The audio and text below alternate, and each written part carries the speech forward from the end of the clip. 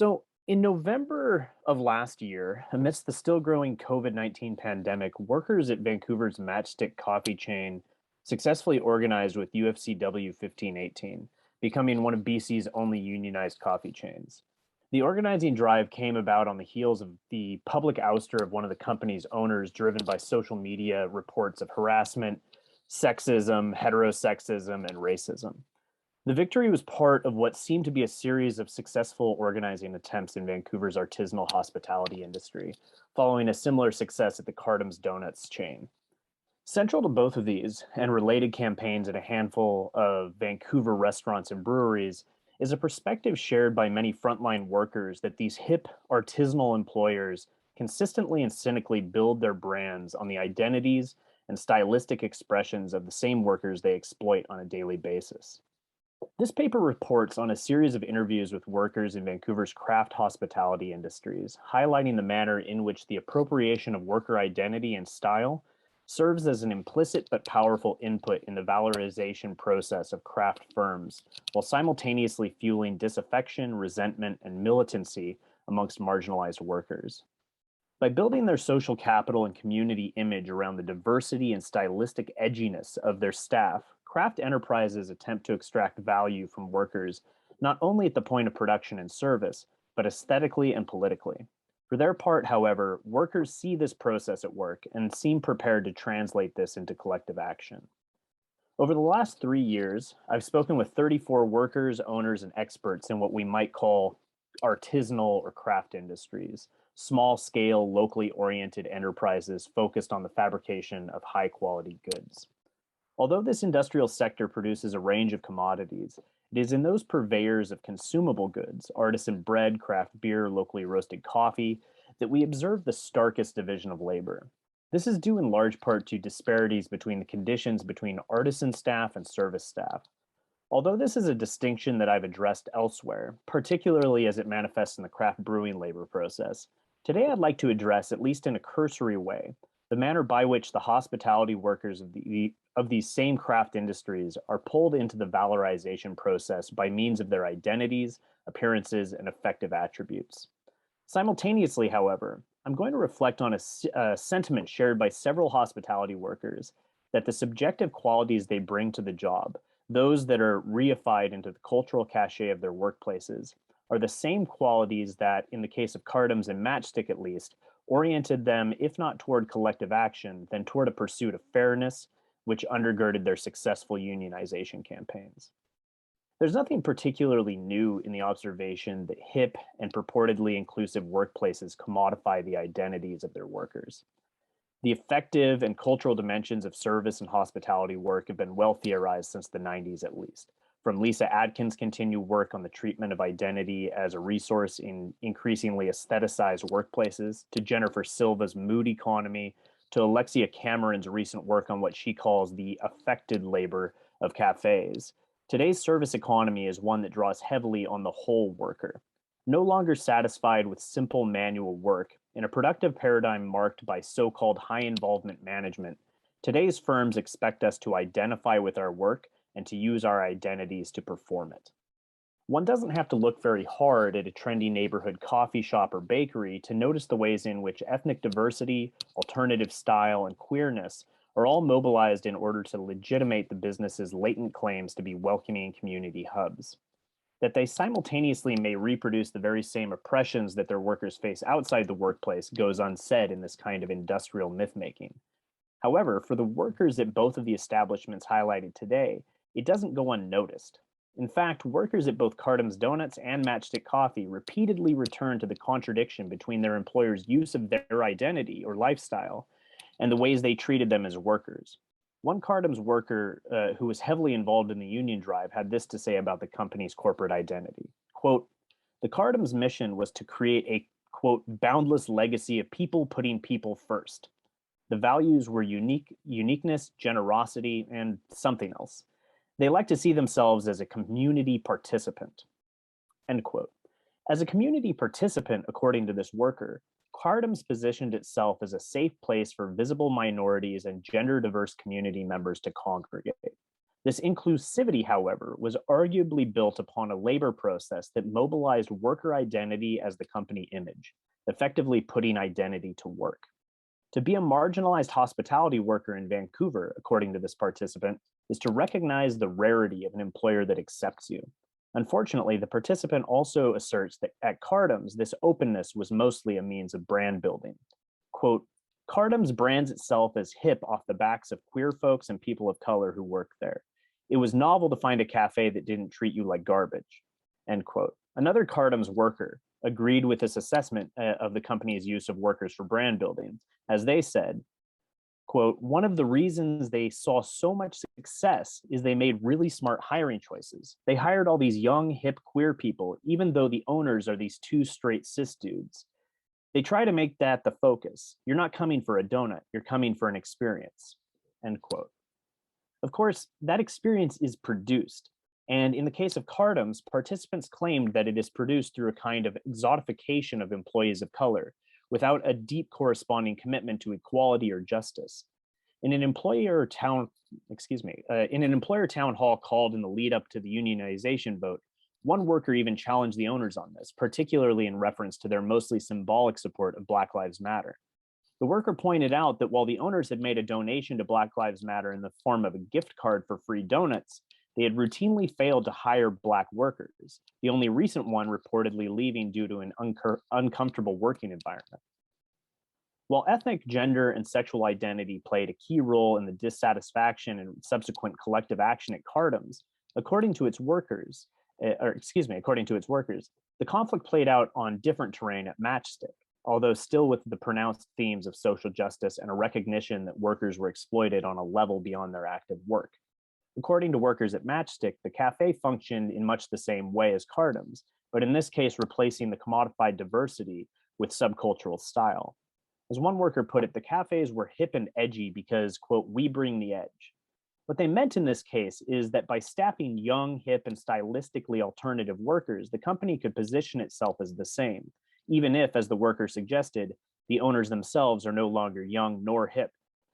Another worker commented that there were a number of lifestyle baristas who embodied a kind of implicit urban hipness, who were targeted by the company as desirable team members and, as the workers saw it, parts of the ambiance of the place. Even with this reported stylistic focus in Matchstick's attempt to build an environment through its workers, questions of identity still played an important role.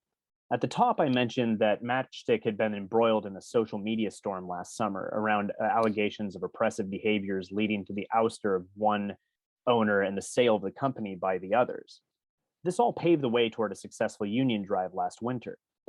As another worker put it, the social media campaign was an empowering moment, I think. It showed that these things you're sharing online can result in material change if you're willing to organize. A lot of it was the same issues. People just wanted a safe workplace, respect in the workplace. Whether people had experienced it personally or knew people who had, it was a driver. It felt like we had this big chance to have a fresh start. And we were facing all this uncertainty with COVID. If there was ever a time or place for people to be unionizing, it was Matchstick right then.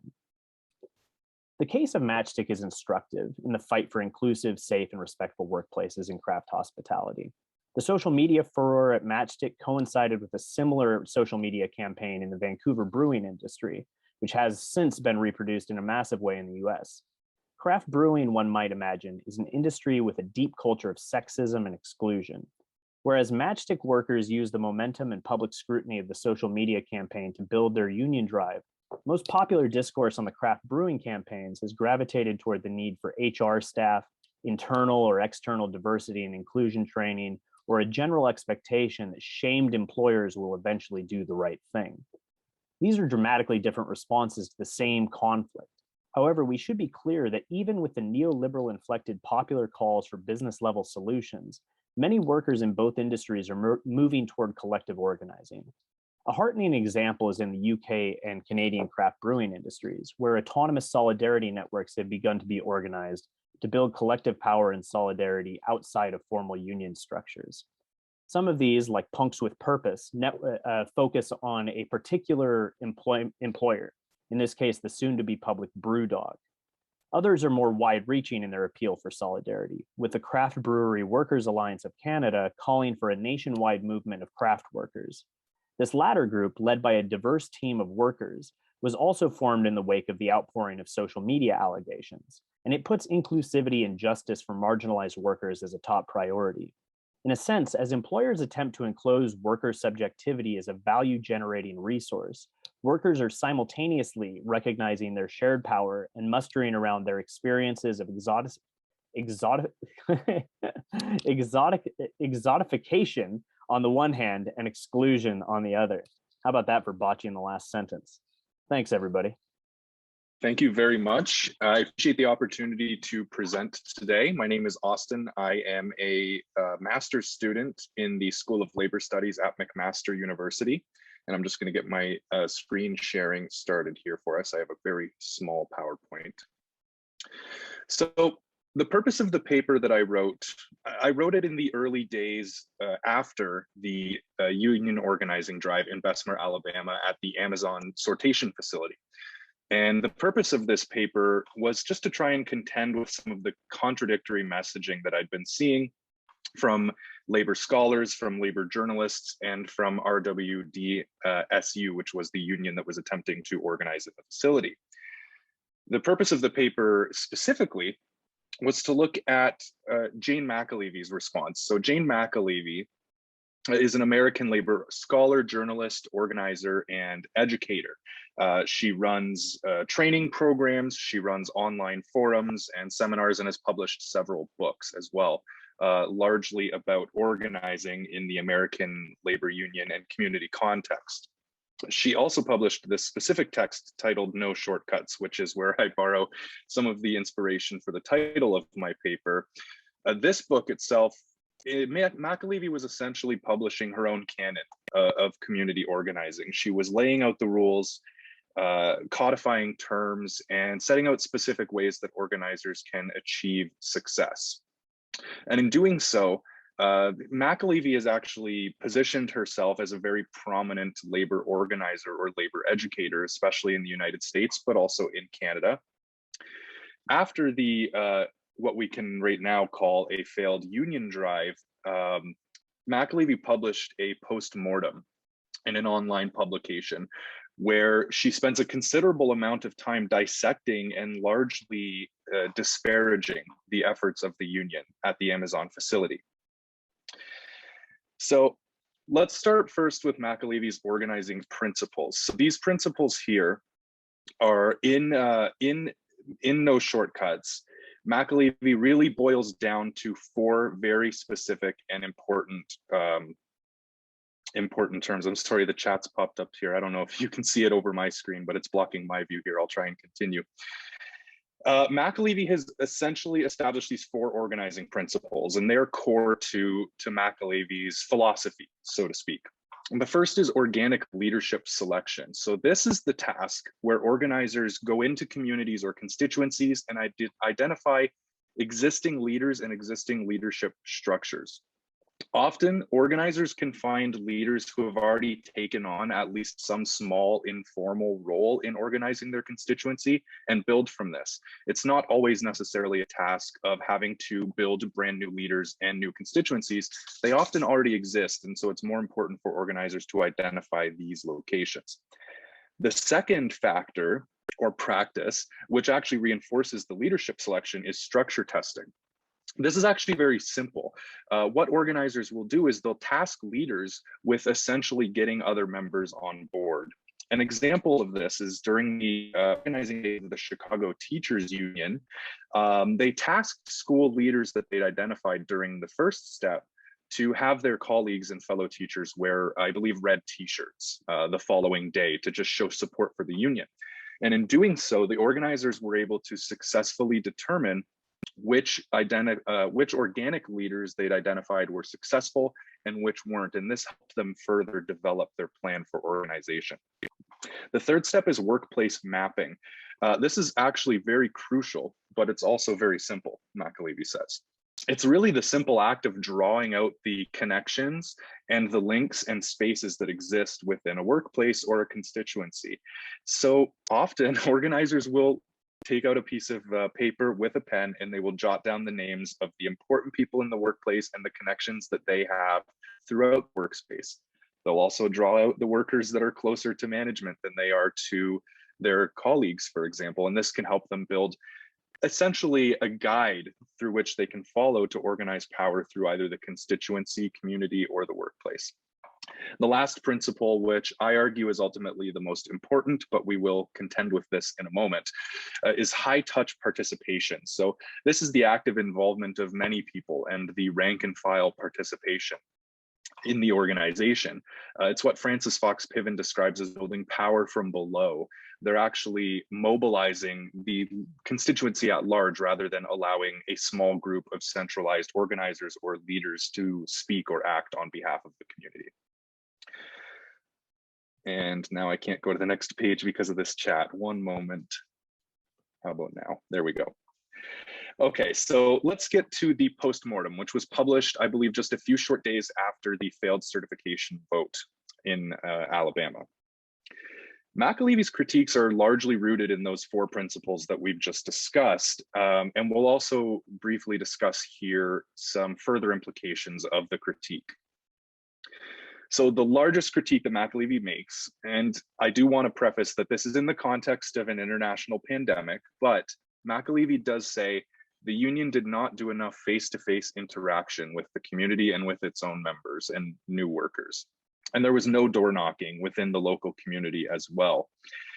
Now, we understand, of course, as I said a moment ago, that this can be very difficult during the context of a pandemic, but McAlevey does say that without doing this face-to-face interaction and without doing the door knocking, largely the workers were expected to have these important and difficult conversations near or on the workspace, which Royal and Urano actually say is almost impossible to get workers to do. And McAlevey confirms the same. Within this context, the presidential election was just starting. Well, goodness, it had been going on for quite a while, but it was really ramping up. And Joe Biden and his campaign had initially not done any door knocking, but quickly realized that without the face-to-face interactions they needed, they were not able to build power within their constituencies and bring out voters. And this ties into the second critique that McAlevey makes about the union drive, and that's that there was little community interaction. This happens in two ways, of course, because workers and organizers were not going out into their communities to build solidarity and build a broader coalition. But there was also very little communication at large between the community organizers there at the facility and the community that did want to actively support the union drive. Community petitions and the boycotts that were happening within the community outside of the organization were not aligned with what the organizers actually wanted. And in fact, labor journalist Kim Kelly is quoted as saying that organizers at RWDSU believed that any boycott or petitions would actually only serve Amazon's narrative that a union would harm the customers' access to Amazon and the services that they expect to receive. So there was quite a bit of worry that the community's efforts were actually harming the union drive, but that the union in its burgeoning days was not doing much to work with the community to temper those expectations and shape a broader response. And as a result, there was no broad solidarity. It certainly existed in online spaces, and it certainly existed, through hashtags and through videos online, as Kim Kelly also says. But the solidarity was really lacking in terms of what a union meant to the workers at the facility, what a union would be delivering to community members, and what a union would mean for customers as well. So, of course, as I mentioned before, No Shortcuts, of course, being published, I believe, 6 years ago now, doesn't account for the nature of a global health pandemic. And it also doesn't fully account for rapidly increasing and expanding levels of worker surveillance in the workplace, which, of course, in an Amazon distribution facility is a very large concern. But what the problem is here, the problem is that McAlevey, in her post-mortem of the union drive, was largely unwilling to grapple with the gaps in her own analysis and was still analyzing and critiquing the union drive based on what I would call outdated information. There's also significant critique over McAlevey's organizing model as a whole. It still relies largely on the centralized leadership model I mentioned earlier, and while it purports to support high-touch leadership, as I discussed earlier as well, it still empowers leaders and centralized groups to act on behalf of constituencies, and this is where some of the failures from the last slide came into play. Second to last year, McAlevey ignores her own advice in her critique. In No Shortcuts, she repeatedly mentions how unions and organizing campaigns can fail upward. And that is to say that even if they're not necessarily successful in organizing, they can still build solidarity, they can continue to bring members in, and they can try again. But McAlevey seems unwilling to give them that same benefit of the doubt. And of course, lastly, in closing here, organizing effectively is exceedingly difficult, and to proclaim that there's a specific way to do it and that only that way is successful and that any other failed campaign is clearly a result of not following these rules is maybe in bad faith. Okay, that's everything. Thank you very much. So my topic would be the development of labor union mobilization, and I would say more precisely demobilization in Bulgaria from 1991 until now. Let's see if the presentation went to work. Okay. This presentation will run basically into 4 sections. I will first introduce briefly where is Bulgaria, what are the features that characterize mostly this country and labor unions in this country, and then move on to analyzing the demobilization of Bulgarian labor unions through 2 different theoretical perspectives, resource mobilization and institutionalism, and then try to wrap up the result of this analysis in a brief conclusion.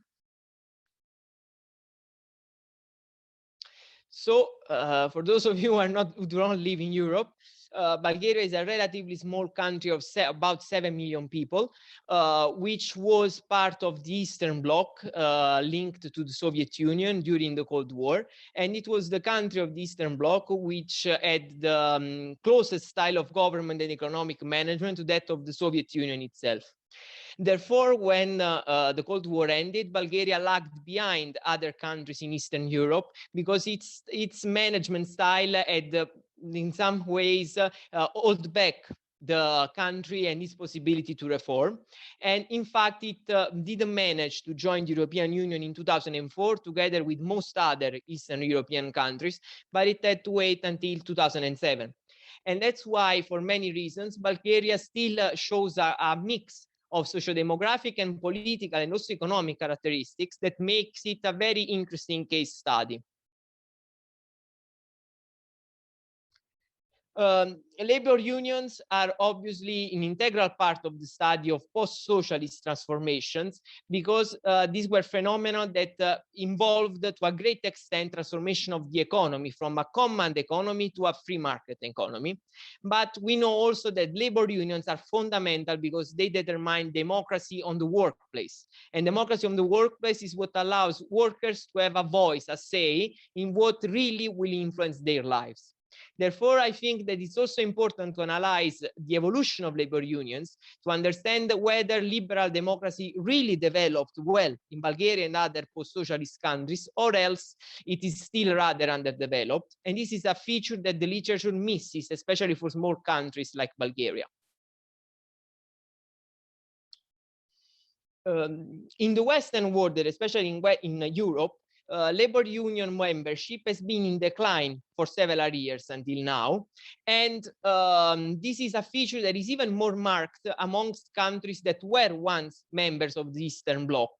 In particular, as we can see in this chart, which shows membership in several Eastern European countries in labor unions as a share of the total labor force, Bulgaria already had a share that was lower than most other countries in Eastern Europe, yet it still declined as much or closely through as it happened in other countries.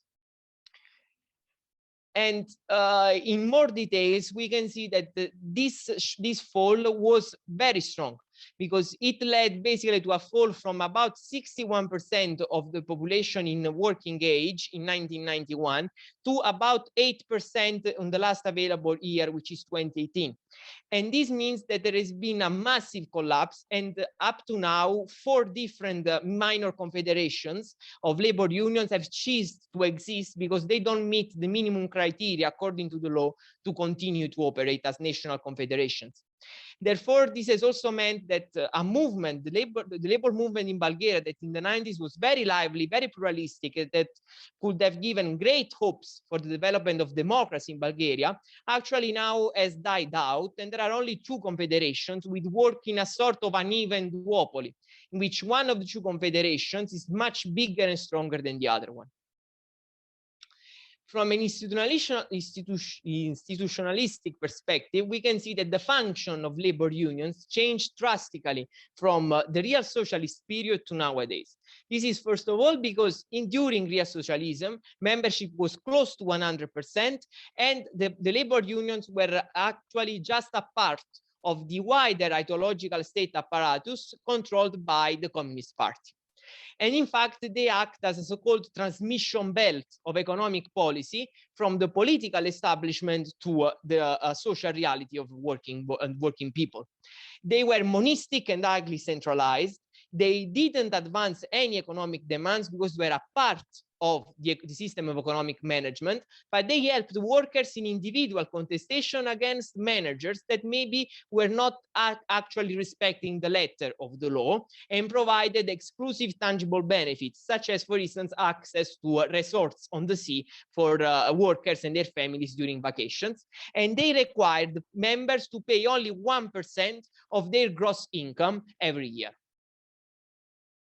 The situation obviously is much different now, even though technically Bulgaria has become a much more democratic country in a wider sense, but there isn't a real workers' democracy. As I mentioned before, there are only 2 great confederations, the one that derives from the old communist confederation, the KNSB, and Podkrepa, that means support, which was an emanation of the old anti-communist opposition. The right to associate in union is guaranteed by the constitution, but unions cannot pursue political objectives. Hence, they should have alliances with political parties, but since 2009, neither of the 2 major confederations has a main referent party. Therefore, basically, Bulgarian labor unions don't have any real effect on the policies that get enacted in the country.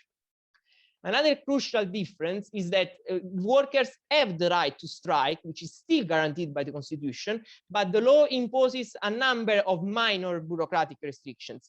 Moreover, there are only 2 great confederations. Therefore, when only one of the 2 mobilizes, about 50% of the unionized labor force remains out of the strike. And this means that most likely the mobilization of either of the 2 major confederations tend to fail, as it happened recently in October 2017 in a case that is very famous in Bulgaria. And finally, we have, let's say, more political factors. In fact, there was a reform between 2010 and 2012 when Bulgarian government started to intervene in wage negotiations, basically giving signals to the private sector by setting the minimum wage and wages for public sector employees. But the fact is that nowadays this reform was backrolled, and since then there is not anymore a mandate to have collective bargaining at the industry or sector level. But nowadays there are small companies and medium companies that have their own agreement with single unions, which explains why in less than 10 years, the share of workers protected by a collective agreement fell from 40% to 22%. Basically, it halved. And moreover, companies can derogate from sector-wide agreements where they exist with clauses such as opening clauses, which basically make workers' rights inexistent in periods of crisis, which are nowadays basically very common. And finally, so Briefly looking at the situation in Bulgaria, we can see that the decline of labor unions is multidimensional. There are surely structural factors. In fact, labor unions are seen as a part of the political establishment, and people are fed up with the political establishment in these countries, as in many other countries in the Western world. But also Bulgaria doesn't have many workers working part-time, or even worse, in the gig economy. Therefore, there isn't the push for a new sort of unionism that we have seen in other countries with a longer history of unionism and trade unionism, such as, for instance, Great Britain. But there are also political factors which are more superficial, but are even more important, because the timing in which the reform of 2012 was backrolled was exactly when Bulgaria was coming out of a great crisis that was caused by the great recession of a global level. And therefore, the government wanted to give the impression that labor unions are an impediment, are an obstacle to growth. And as soon as labor unions are not involved anymore in the economic activity, immediately economic growth will restart. And therefore, I would argue that the fact that Bulgarians are abandoning labor unions can be a risk, because now they are still enjoying many of the rights that labor unions conquered during the 90s, because they are mostly working full-time and on a permanent contract. But when and if the labor market will flexibilize, they may be unable anymore to enjoy the same rights, and maybe they will live in a world in which there aren't anymore the rights which they grew accustomed to, and they won't have anyone to protect them anymore, because labor unions would be almost dead. Thank you for your attention, and all the bibliographical sources can be found on my site. This is the QR code to the bibliography.